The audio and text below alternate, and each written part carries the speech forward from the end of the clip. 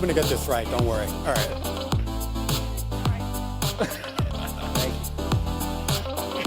All right, we're all seated and all ready. You comfortable? I'm very comfortable. All right, we're all here. We got a Wisconsinite, a New Yorker, a Texan. They all walk into a bar. Who's picking up the tab? Look, you guys have done very well with your funds over the last few years, but a lot's changed over the last few months. And I know you have an eye towards the long term, but the short term influences that dramatically. Has your risk outlook changed at all, Anne-Marie? Not really. I would say we're barbelling a little bit, given what's going on right now. We have about 30% in privates on our way to 35. And the idea there is that we can really see through the volatility and pay less attention to it. Because we're thinking sort of more long-term.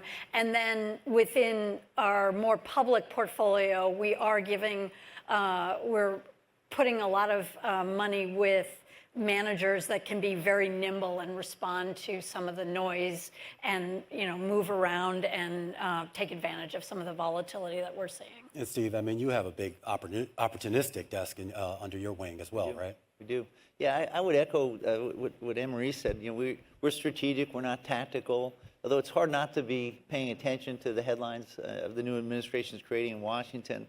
We also get a lot of questions from our pension beneficiaries and participants. So we have 800,000 folks that we support and service in the New York City retirement system. So we do stay on top of it. As Anne-Marie said, we do pick managers that can be tactical. Again, we're strategic at $294 billion.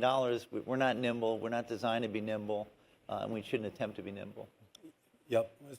I mean, just generally on risk, how are you viewing it right now? And Romaine, I have a confession to make. Today is my 40th birthday. Oh. And so on top of all this market volatility, I begin today equal part anxious and equal part excited. And so like I think maybe three key things. I think number one, kind of the core ingredients that really excited everyone around U.S. exceptionalism in the next decade. Those things have not changed, right? Mm-hmm. The U.S. continues to have academic institutions that are the envy of the world. When I talk to kind of my investor peers in Asia, in the Middle East, in Europe, the U.S. is still on the top of that list. You have founders and tenured management teams that are among the best in the world. And what's really unique, we have access to energy, and we do have kind of a risk-taking culture that is celebrated. Mm-hmm. And that is that's just really not found in many parts of the world. And so I do think while we can be swayed by short-term market volatility, I do think the U.S. When we ask the question, where does equity value be created in the next decade? Mm-hmm. The U.S. still has so many advantages, and so we're very excited. So you would about put your money on U.S. outperformance versus the rest of the world long term? In the next decade, yes. In the long term. Yes. Steve, you I would say the the same. Yeah, I would agree that we have some structural advantages in the U.S. Europe's had a little bit of trouble coordinating their activities across the countries and different constituents. But we've got, we're the largest economy in the world. We've got a deep pool of capital markets and liquidity. Mm-hmm. We've got a very high per capita income in the United States. We've got rule of law, which hopefully won't change. As I said, I think those things will really help drive performance over time. Anne-Marie, you feel the same way? We're a little bit more balanced, I would say, in terms of our equity exposure. So mostly, I would agree with everything that my co-panelists said.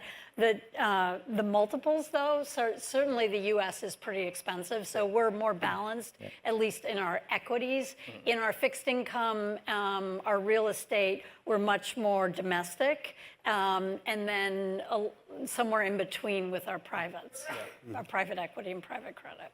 Yeah, and just to comment on what Anne said earlier, I do think this is a time to prepare for kind of situational dislocations and maybe even systemic distress in different pockets of private markets, right? I think you have such a large share of venture-backed companies with less than a year of cash runway. You have pockets of distress, obviously, in real estate, and even in private credit land, you're starting to see some pretty big issues kind of emanate. And so I do think it's really difficult to really kind of plunge and really invest in a falling knife type environment. But I think it's really important for everyone as there's increased geopolitical and macro volatility to kind of prepare for some And this of has those been unfolding for a while. I mean, we saw Yeah, a drop in absolutely. allocations at the start of 2024 into private markets. Steve, though, you leaned a little bit into that. You're actually expanding your Yeah, Romaine, we actually had a change in legislation and impacts the city of New York. So we're actually, we are in the process of increasing our exposure to alternative or private assets from 25% to 35%.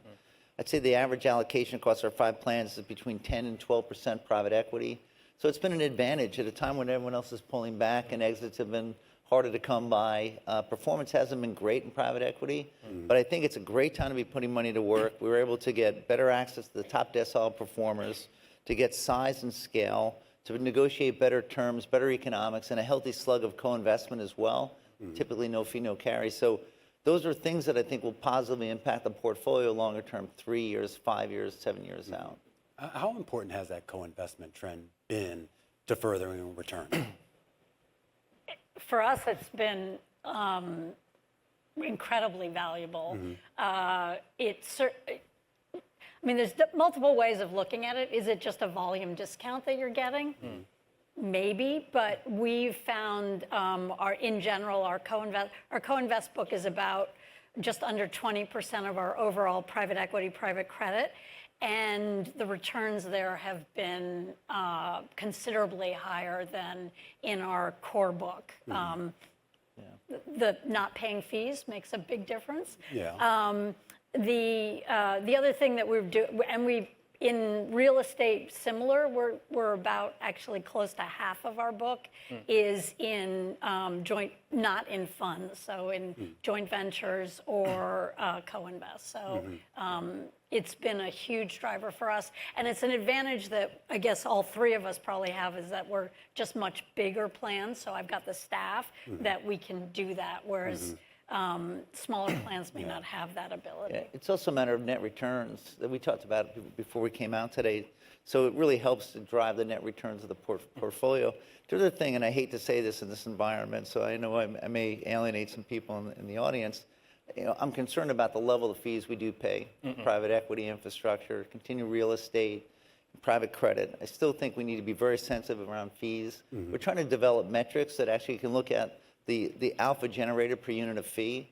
So for us, it's all about net returns, and you know, we're trying to be disciplined around that. Yeah. And I think in the current environment where a lot of other investors are either constrained because of liquidity reasons or just pulling back and rethinking their exposures, to put more money to work, you get better vintage year diversification.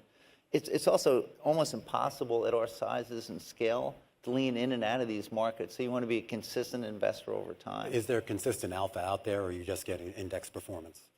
Yeah, so like I think there are, so co-investments is a critical pillar of our private markets, strategy and approach. And from a portfolio construction standpoint, you're really able to build kind of high conviction, idiosyncratic exposures behind your highest conviction ideas.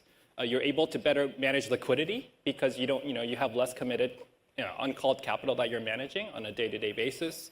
And just from a team development standpoint, you're really able to kind of be thematic on where you want to spend time. You're able to build professional networks across your active mandates. And ultimately, I think the days of relying on, to Steven's point, kind of the past 15 years is not, the next 15 years is not going to look like the past 15 years. And so trying to, kind of paying yesterday's fees on tomorrow's returns will get you to a bad place, right? And so I do think, many general partners have been very accommodating and very partner-oriented in terms of making sure that gross to net spread reduces. But I do think it's incumbent upon limited partners to think very critically and intelligently on how to deliver kind of really thoughtful net returns to our beneficiaries. I mean, how much say do you have? I mean, in terms of, when you talk about limited partners, you are kind of the 800-pound gorilla of limited partners in that private, particularly in the private credit space and certainly in other parts as well.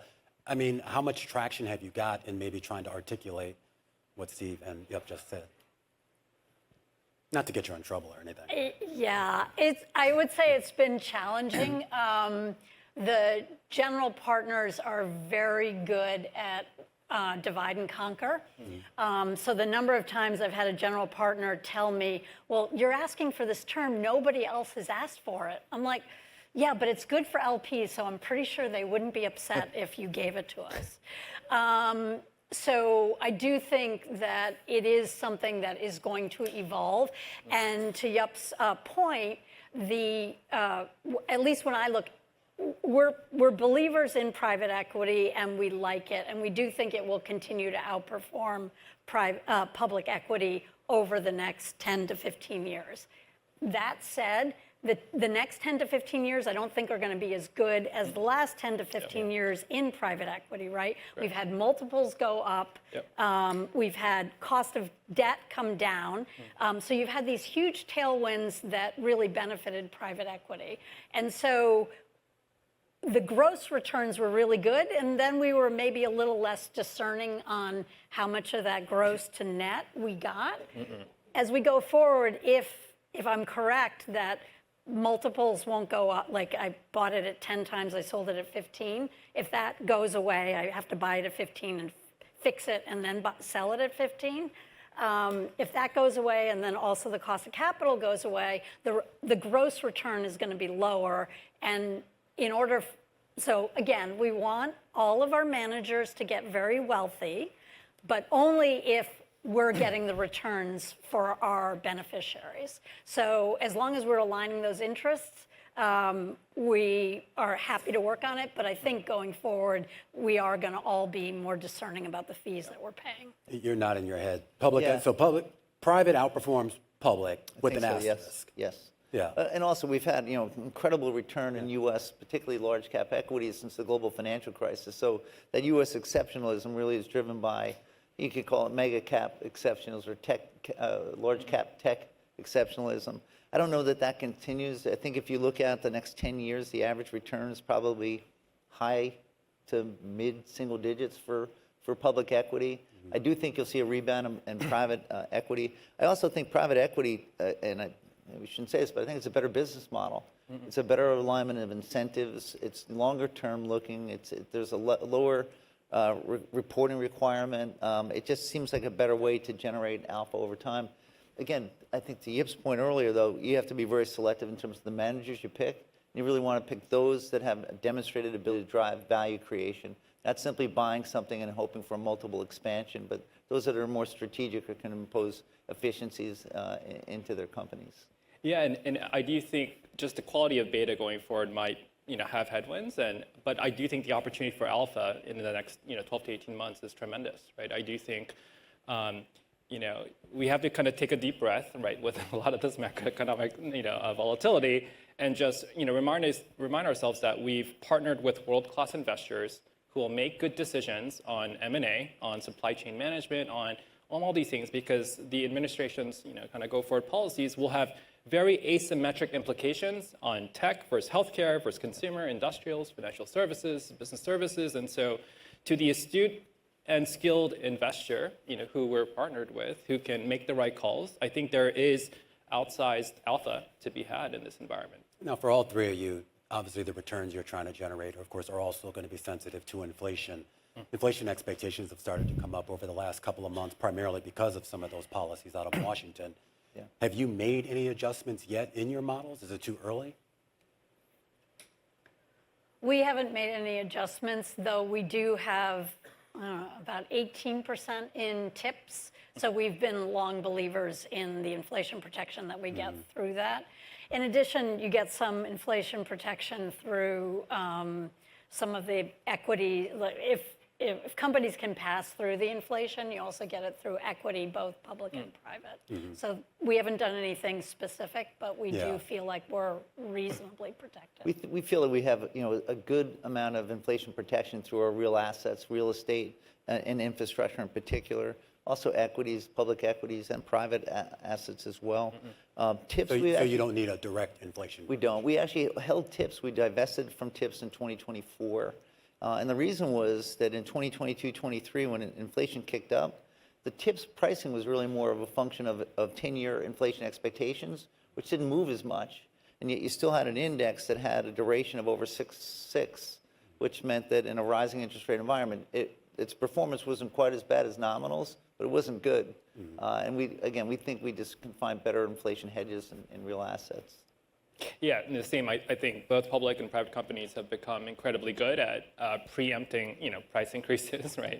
Ahead of kind of forecasted increase to their cost structure, and I do think you just have natural kind of inflation hedges built into the portfolio, and so we're not doing anything incremental, kind of on that front. So within the realm of real assets, I mean, where specifically are you finding opportunity? Like, what's specifically attractive in that space?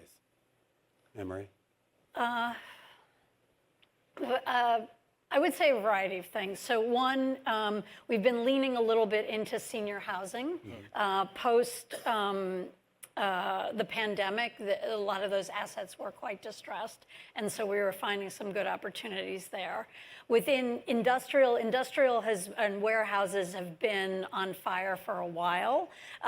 The way we're tackling that is to do some development. So we've focused more on development than buying pre-existing assets there, and a little bit staying away from the Inland Empire in California and going broader with our industrial. And then the last thing that we're looking at, we haven't quite gotten there yet, though, is on office. I mean, office is clearly the asset class within real estate that's having the toughest time. And we actually had one loan where we to an office building where we now own the office building. So we're doing a little bit there, and then we're trying to be ready when we think the values have bottomed. I take it you didn't want to own that office building originally. That wasn't the initial intention, but we're hopeful that it will. Hopefully own it at a good price. But what with all the talk, though, about nearshoring and trying to bring more stuff, manufacturing back to the U.S., as well as more hard services back to the U.S., does that create an infrastructure opportunity as well? It does. So we're obviously big investors in infrastructure as well. We like it. There's a big play right now in data centers, which Anne-Marie's smiling. We talked earlier, data centers winds its way into your portfolio through infrastructure, through real estate. We have a little residual exposure to data centers in our private equity book as well. But yeah, there's going to be obviously more investments in infrastructure here and abroad. Our infrastructure book is basically 55% U.S., 45% non-U.S., mostly in Europe. So we do think that some of the developments in Europe will also continue to power opportunities there and the performance we see out of Europe. I'm curious, I mean, you were talking about American exceptionalism, but you're also finding opportunities outside the U.S. Absolutely. Yeah, so just the broad framework I use on any investing is quality of the market, quality of the business, quality of the management team, and then quality of the price/transaction/security. Clearly it's well recognized that U.S. markets are probably on a relative basis the strongest, and so you have A markets, A businesses, A management teams, but probably like a B minus C plus price, right? Even the public equities markets, S&P trades at 22 times versus 10 and 14 times of the European and Asian equivalents. And so I do think that investors make a mistake by not looking at Asian and European opportunities, because there, while the market quality might be B minus, your price is an A plus. And so kind of on a holistic basis, I think there are kind of accretive opportunities to be had. And so there's going to be a lot of volatility kind of coming ahead. And so again, while the market beta for some of these economies won't be as compelling, for the astute investor, there will be a lot of alpha to be had. Does geographic diversity equal truly portfolio diversity? We think so. There's certainly periods where it's not true, but we do think over the longer time frame that it does pay out. Yeah. And there's talented people everywhere, so we want to go find them wherever they are. I'm curious about your cash positions right now, and I'm going to save you for last because I know your answer. I'll start with you, Steve. Just in terms of your current allocation, in terms of what's required, the max required, and what you currently have right now. We have a maximum exposure to cash of just 0.5% of 1%. Okay. And we're a little under that. Okay. Again, we try to be more strategic, and we try to adhere to our strategic asset allocation to be on the efficient frontier over time. We have a rebalancing exercise on a weekly basis, which we're reevaluating whether that's too frequent or not. But for us, again, cash is still, even though it's yielding 4.30-ish, it's still a bit of a cash drag when you can compare it to other things in your portfolio that can deliver hopefully double-digit returns over time. You keep it towards the minimum then. Yeah, yeah. How about you? Yeah, and so like our cash position is nominal, but again, our annual net distribution is less than a percentage of our NAV, and so we're plenty covered by kind of 20, 30, 40x T+1 money. So it's just not something that keeps us up at night because obviously the draconian situation you want to avoid is having to sell your private market assets at steep discounts, to satiate kind of your annual liability payment. And so I think we're blessed to be, kind of 90+% funded, and also to be serving Texan cities that are net growing, right? And so I think, from that standpoint, it really empowers us to harvest, a liquidity premium, over the long term, and really play the best offense we can. All right, and that brings us to you. You are negative cash. Yes, so we are, you could think about it as negative cash. We actually have portfolio leverage. So we lever our entire portfolio about 13%. So we increase the risk through leverage and then somewhat decrease the risks through having a bigger fixed income portfolio than you might otherwise. So that's the way that we get on the efficient frontier. And we use that cash that we're borrowing both to across the entire portfolio, but in investment grade and high yield and private credit, we can increase there's a spread there. So it's we've found that to be a helpful part of our portfolio construction. A question to all three of you. Has your job gotten more difficult as of late? Or are you finding maybe there's a little bit more of a wind at your back? I don't feel like I have a wind at my back. Okay. So just for the record, and anyone here that's a New York City resident, this is the best job I've ever had in my career. And I'm sorry to say I've been at this 42 years. I know you just turned 40, but I've been at this for a while. It's wonderful. It's a privilege to serve. I feel the attachment to the people, to the firefighters and the police officers when I see them on the street. I don't know. There's obviously an increased element of volatility. There's a lot of uncertainty in the markets. The markets hate uncertainty. But again, our North Stars are strategic asset allocation. And as long as we adhere to that and don't overreact to rhetoric out of Washington or volatility in the markets, I think we'll be fine longer term. New Yorkers are tough. I assume Wisconsinites that you deal with are a lot nicer, right? We are Wisconsin nice, yes. It's, to answer the other question, it always feels tough, right? It always feels like it's the toughest it's ever been, and it always seems like in the past it was easy. It's never easy, and I would echo what Steven said in just, we also try to focus on the strategic and think long-term and not overreact to any particular day's move. Right. Yeah.